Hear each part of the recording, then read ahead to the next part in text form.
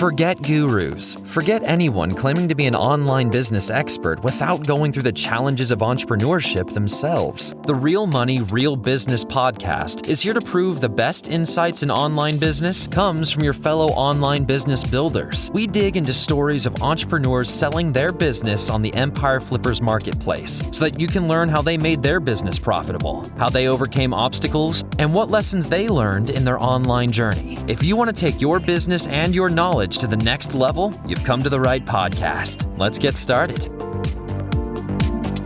Hey everyone, welcome to another episode of the Real Money, Real Business podcast.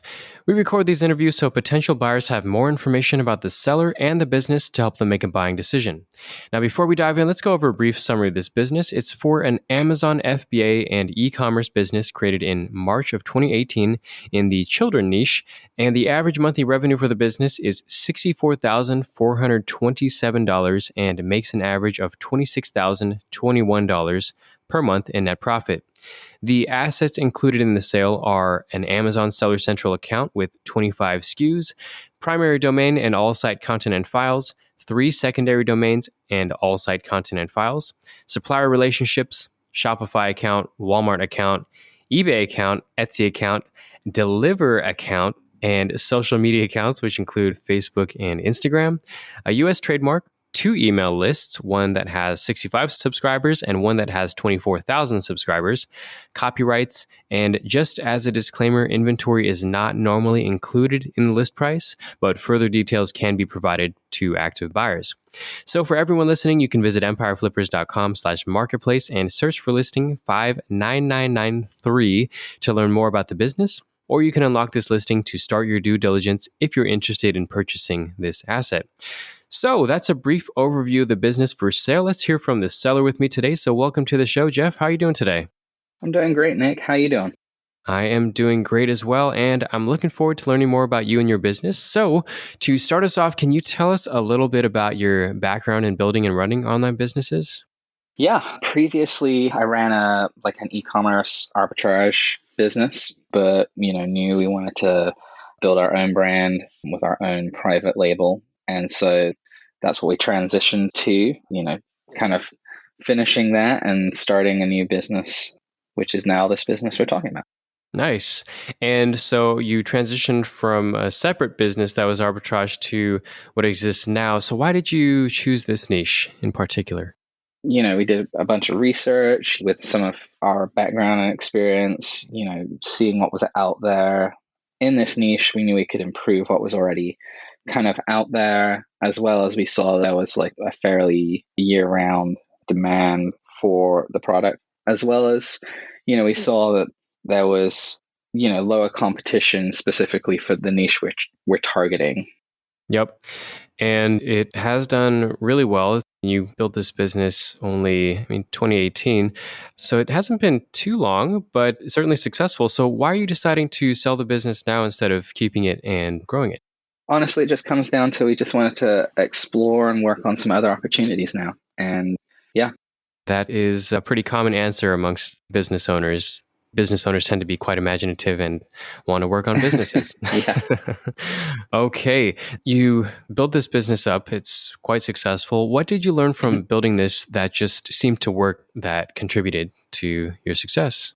I would say, listening to particularly when we initially started, we did get a lot of really good feedback for the few competitors that were out there, comparing our products and designs and everything compared to what was there. So obviously creating a high quality product was something that we felt like was a real successful thing we did for that, as well as the feedback. And also I would say, and this may lead into your other question, but starting, I was doing a lot of PPC and stuff like that, but wasn't quite getting the results I wanted and not understanding, advertising and PPC enough to be dangerous, but not necessarily being a genius at it. Bought on an agency, and as soon as we brought them on, they were able to dial things in and really get it to where on the advertising side where we wanted it. And so, that's kind of something that definitely worked for us. It was also something that, didn't work doing everything myself, because obviously that can be something that a job unto itself. So just throwing out something there that, didn't work. But when we transitioned to having an agency, it started to really work for us on the advertising side. Yeah. So how long was it before you decided to not personally do the advertising and outsource that? I would say it's probably a year and a half. Once we started to grow the number of SKUs we had, started to broaden the management of keywords and stuff like that, and seeing that we were getting some traction, but obviously then seeing that, okay, this was taking up a significant portion of my time, working in it rather than on the business. So it was probably about a year and a half where there was like a tipping point, and I was like, okay, we need to find someone to manage that for us. And yeah, really thankful we found the agency we did. Nice. Yeah, well, it's good to get that experience at least. And you also were able to build up the data for them to use. So it wasn't all to waste, certainly.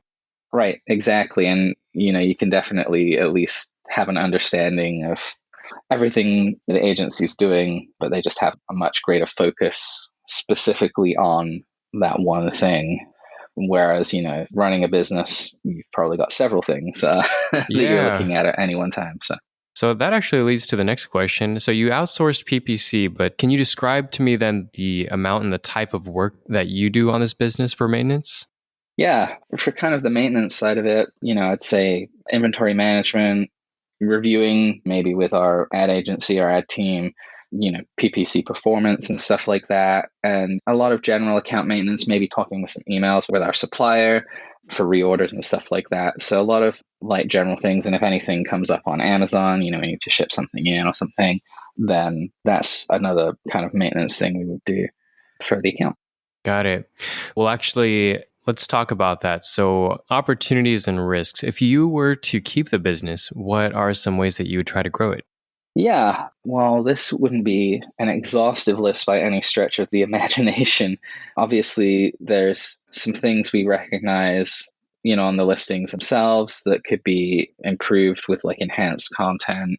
So in that sense, we would clean up the listings. We would obviously focus on that side. On the Amazon side, you could potentially increase the SKU base even more to kind of add more products to the line. There's definitely room for that.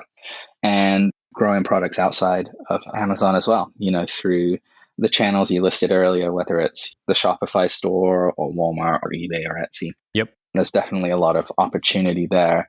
And like we've been talking about, we only really work on one side of the advertising, and that's through Amazon directly. I'm sure there are people out there that, understand how Facebook or Instagram or TikTok advertising work, or Google ads. So there's definitely room for expansion in that area as well. Yep. Very cool. And yeah, you already have a lot of these accounts already set up. So I guess it seems like there is opportunity for those accounts to be further utilized. Definitely. But it's just not something that we've specifically focused on, for example, grow the Walmart account, so to speak. So definitely room for growth there. Okay. Well, of course, with opportunities, there is always a degree of risk. So what do you think are the biggest risks with this business that a buyer should be aware of? As I think with most FBA businesses, most of the sales are Amazon exclusive right now. So being beholden to, their terms of service and stuff like that always carries some risk. So I'd say, that, as well as potentially, supply chain logistics and stuff like that. While we've never had any issues with it, obviously there's been shipping issues across the world in general. So that could potentially be, a risk, but at the same time, with some good understanding of supply chain logistics in general, Yes. I think that can be mitigated pretty easily. And our manufacturer has been great to work with and really hasn't given us any issues. That's more just kind of like a general thing. And again, it's not unique to this business. It's unique to any business importing right now. So. Yep. Any Amazon seller or e-commerce seller who's listening to this is probably well aware of the fact that supply chain issues exist and are a real issue to resolve. So yeah, that's kind of comes with the territory of selling on Amazon or selling physical products at this point. Right. Okay. So some housekeeping questions to wrap this up. How much support are you willing to offer a new buyer? Yeah, we'd offer a standard 30 days of email support. You can do a phone call if something is needed beyond that, it's something we can definitely discuss, but we're going to say at least 30 days of email support for now.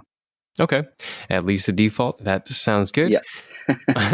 All right. So next question. Would you commit to a non-compete? Yes. Perfect. And are you open to something like an earnout? Yeah, definitely open to it. Awesome. And putting yourself in the shoes of a buyer, why do you think this is a business worth buying?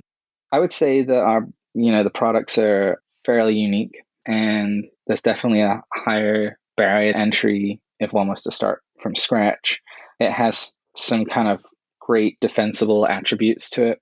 And I believe there is definitely a lot of room for expansion, with the right buyer and, a small team at least. They could definitely accelerate the growth of this brand really quickly. So there's definitely a lot of room, even within Amazon itself, as well as outside of Amazon, if that interests them, for expansion in sales. Got it. Sounds good. Defensible and opportunity for lots of growth. Okay. Last question. Is there anything you'd like to add that you think I might have missed during the interview? I don't believe so. Okay, great. Well, I think this is the perfect place to wrap this up. So, Jeff, it's been a pleasure. Thank you so much for sharing your story. Yeah. And thanks for joining us on today's episode. And I hope your business is purchased in the near future and by the right buyer. Thank you. All right, everyone. Thanks for listening. To learn more and see if this listing has already been sold, head over to empireflippers.com/marketplace and search for listing number 59993. And if you're watching this on YouTube, click the link in the description to go straight to the listing. And once you've unlocked this listing, you'll be given everything you need to know about this business. So until next time, enjoy your digital journey.